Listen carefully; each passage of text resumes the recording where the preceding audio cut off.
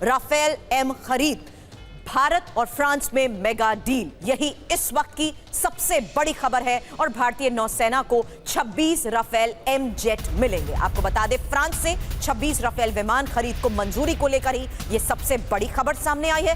France से 63,000 करोड़ से ज्यादा की डील को लेकर यह खबर है। राफेल एम इस फाइटर जेट का नेवल वर्जन है। हालांकि मेरे सहयोगी डिफेंस एडिटर सुमित चौधरी इसी बड़ी खबर पर एक डिटेल इंफॉर्मेशन के साथ हमें कर रहे हैं ज्वाइन। उनसे करूं बात। आपको उससे पहले बता दूं, अब से थोड़ी देर पहले आई ये सबसे बड़ी खबर है। हालांकि ये डील किस तरीके से खास है, यही इस वक्त का सबसे बड़ा सवाल, और साथ ही ये भी जानने की कोशिश करेंगे कि राफेल एम डील में क्या क्या खास है, क्योंकि बड़ी खबर आई है 22 सिंगल सीटर और 4 ट्विन सीटर जेट को लेकर। और इसमें इंपॉर्टेंट सवाल सुमित आपसे मैं कर रही हूं, क्योंकि राफेल का ये नौसैनिक अवतार कितना खास होने वाला है। फिलहाल डील के बारे में क्या खबर, किस मायने में खास होने जा रही है ये डील, सुमित?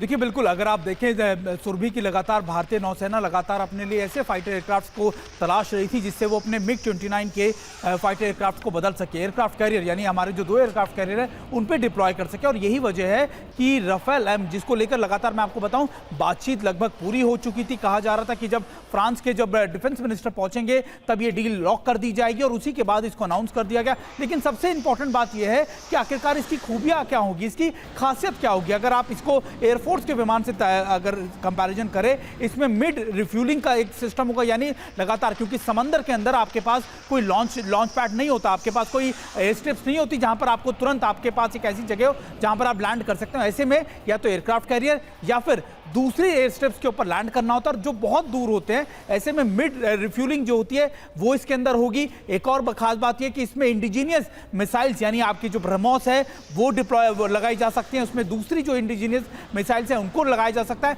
तो इन प्लेटफॉर्म्स का भी ध्यान रखा गया है। खास बात यह भी कि नेवल एवियोनिक्स, क्योंकि नेवल के एवियोनिक्स इंटायरली डिफरेंट होते हैं जब एयर एवियोनिक्स से, तो उनका भी ध्यान रखा गया। और यही चीजें हैं जो राफेल एम को अब लगभग आप मानिए कि इसका अनाउंस हो गया है और बहुत जल्दी भारत के पास 2029 तक ये फाइटर एयरक्राफ्ट ला दी जाएंगे। हालांकि इसमें इंपॉर्टेंट है कि ये डील किस लिहाज से और किस तरीके से इस डील में और महत्वपूर्ण बातें शामिल की गई हैं, क्योंकि जो बड़ी जानकारी अभी तक सुमित सामने आई है उसके मुताबिक 22 single seater jet, 4 twin seater jet, logistic support और साथ ही पायलट्स की ट्रेनिंग भी इसमें कई मायनों में डील का हिस्सा है।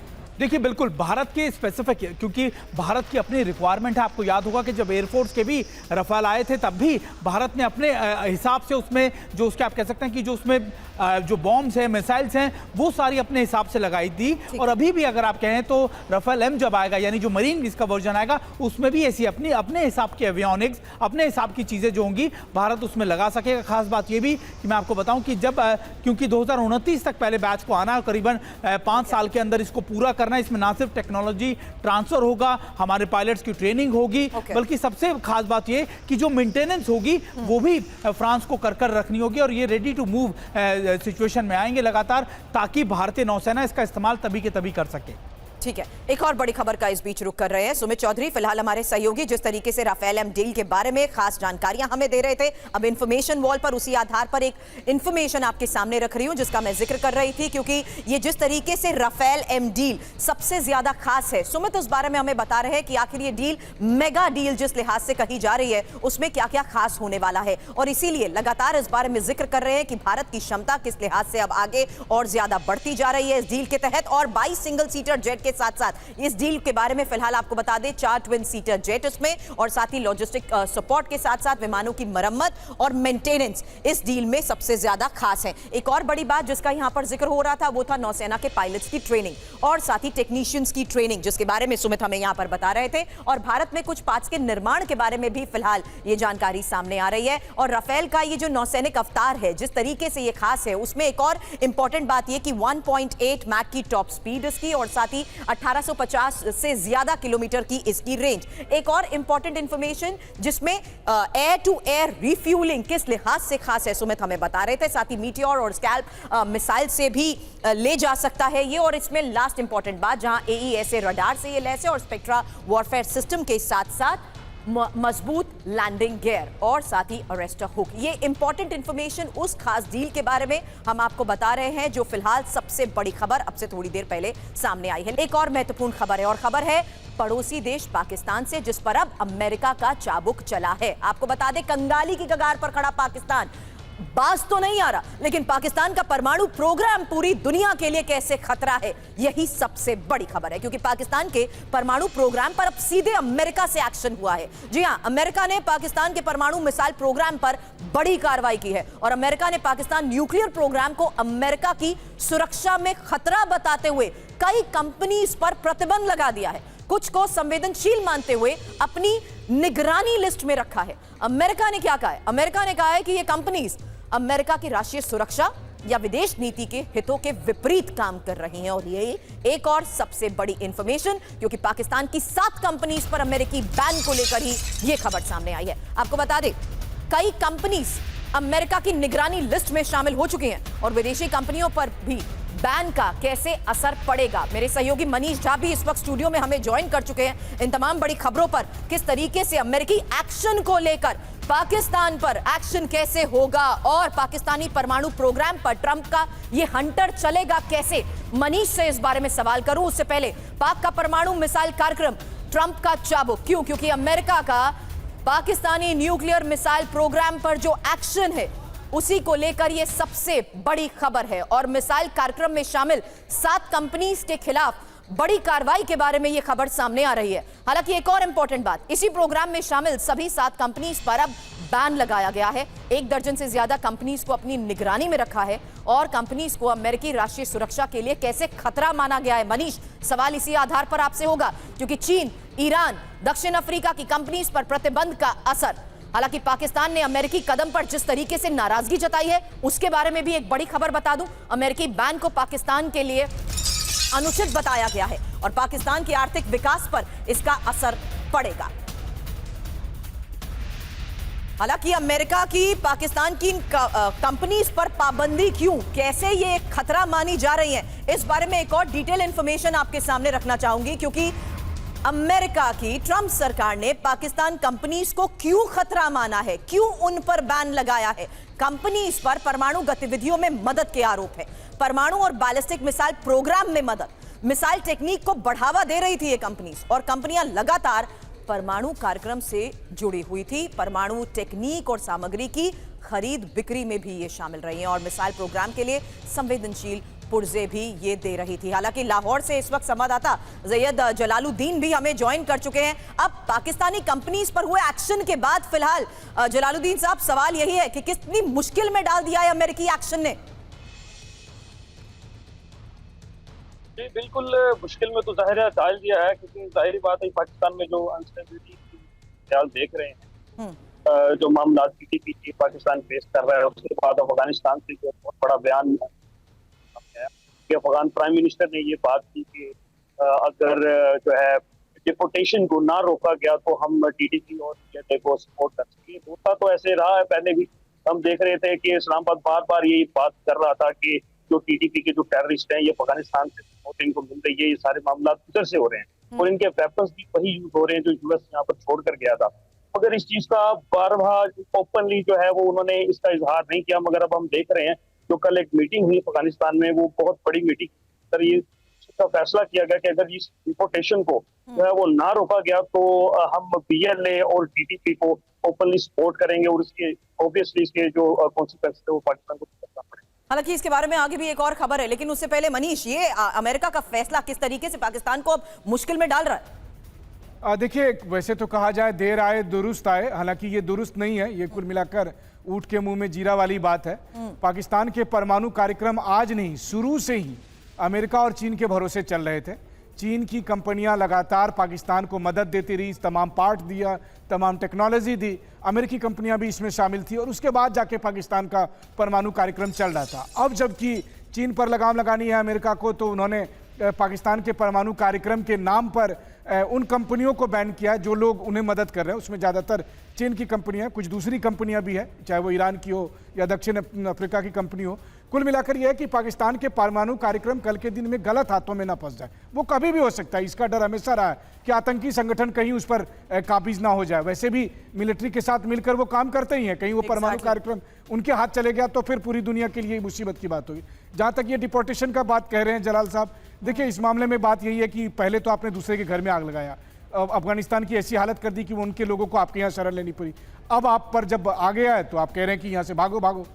नहीं, बिल्कुल जाहिर सी बात है, लेकिन पाकिस्तान को किस तरीके से अब ये समर्थन भी बेदम कर सकता है मनीष, इस बारे में आगे भी खबरें हैं मेरे पास। लेकिन उससे पहले एक और सबसे बड़ी खबर का अब मैं रुख कर रही हूं, जहां मुंबई हमलों का गुनहगार आतंकी तौवर राणा के गुनाहों के हिसाब का अब वक्त आ चुका है। आपको बता दें, आतंकी तौवर राणा को भारत लाया जा रहा है और भारत में ही उसको सजा दी जाएगी। सूत्रों के मुताबिक राणा को अमेरिका से स्पेशल प्लेन से भारत लाया जा रहा है। राणा पर 2008 मुंबई हमलों का आरोप है। राणा को भारत लाने के साथ ही अब सवाल उठ रहे हैं कि मुंबई हमलों के दूसरे गुनहगारों को सजा कब मिलेगी, क्योंकि बड़ी खबर है, कल भारत लाया जाएगा आतंकी तौवर राणा और मुंबई या दिल्ली की जेल में रखा जा सकता है। हालांकि दिल्ली मुंबई की जेल में विशेष तैयारी को लेकर भी इस वक्त एक और सबसे बड़ी खबर है। इसी ऑपरेशन पर आपको बता दें, अजीत डोभाल की नजर है, कस्टडी में लेकर एनआईए पूछताछ भी करेगी।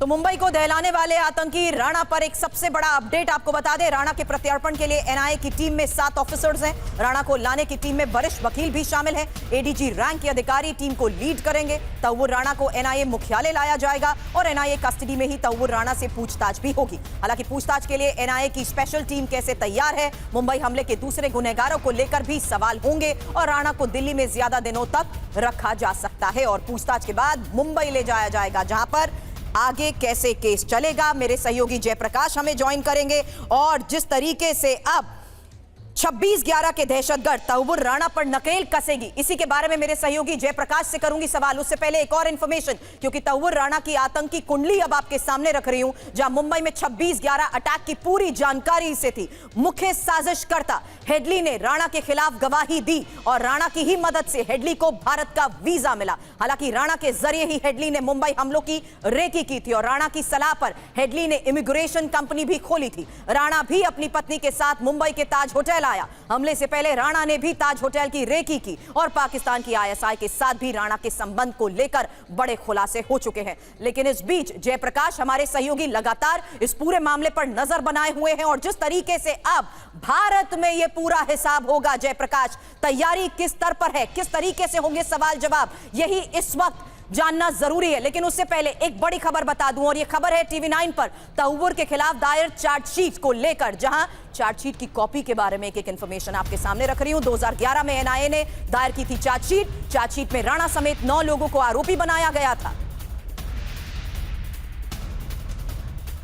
मुंबई हमलों के गुनहगारों के बारे में भी इंफॉर्मेशन वॉल पर अब आपके सामने एक डिटेल रख रही हूं, क्योंकि आज की ये सबसे बड़ी खबर है तौवर राणा को लेकर, जिसे भारत लाया जा रहा है। लेकिन इससे पहले 2012 आपको याद होगा, जब अजमल कसाब को फांसी दी गई थी और साथ ही तीसरी तस्वीर अब आपके सामने डेविड कॉलमैन हेडली की, जो कि अमेरिकी जेल में बंद है। चौथी तस्वीर अबू जिंदाल की, क्योंकि भारत की जेल में फिलहाल अबू जिंदाल बंद है और साथ ही पाकिस्तान में मौजूद हाफिज सईद और साथ ही एक और नाम इस फहरिस्त में, वो है ज़कीउर रहमान लखवी का, जो कि पाकिस्तान में है। लेकिन अब तौवर राणा को लेकर जिस तरीके से फिलहाल आपको बता दें, ये बड़ी खबर सामने आई है।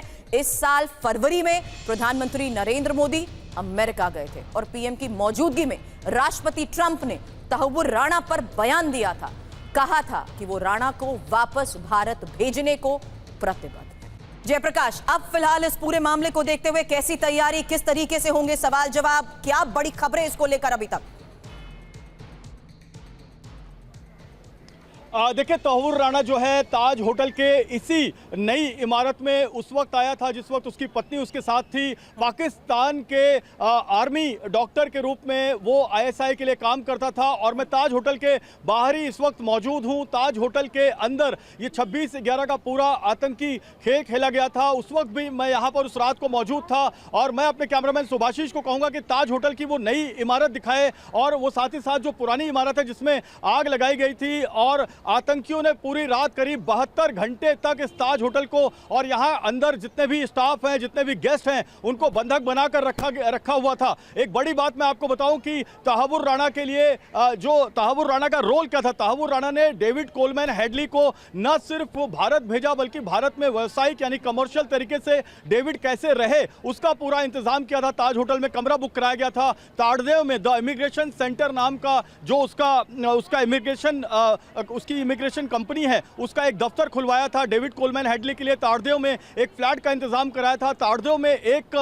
जो है जिम में डेविड कोलमैन हेडली को वहां पर एडमिशन दिलवाया था। इतना ही नहीं, डेविड कोलमैन हेडली को कहा था कि सिद्धि विनायक मंदिर जाए और सिद्धि विनायक मंदिर जाकर वो अपने हाथ में कलावा बांधे ताकि ये पता चले कि ये जो कलावा है ये हिंदू धर्म में बांधा जाता है। और वो कलावा डेविड कोलमैन हेडली यहां से पाकिस्तान ले गया था, पहले शिकागो ले गया, शिकागो से वो पाकिस्तान गया और पाकिस्तान में उन 10 आतंकियों को ये कलावा बांधा गया, जिन 10 आतंकियों को बदवार पार्क समुंदर के रास्ते यहां मुंबई में भेजा गया था। तो ये ताज होटल गवाह है, 17 साल बीत चुके हैं और इसका मेन कॉन्स्पिरेटर तहावुर राणा अब यहां भारत को प्रत्यर्पित किया जाने वाला है। इसके पहले डेविड कोलमैन हेडली जो है उसके ऊपर भी भारत में जो है एफआईआर दर्ज हुई और पूरा का पूरा मामला चला। लेकिन सबसे बड़ी बात यह है कि जो अजमल कसाब है, मोहम्मद अजमल कसाब, उसको 4 साल में फांसी हो गई पुणे के यरवड़ा जेल में।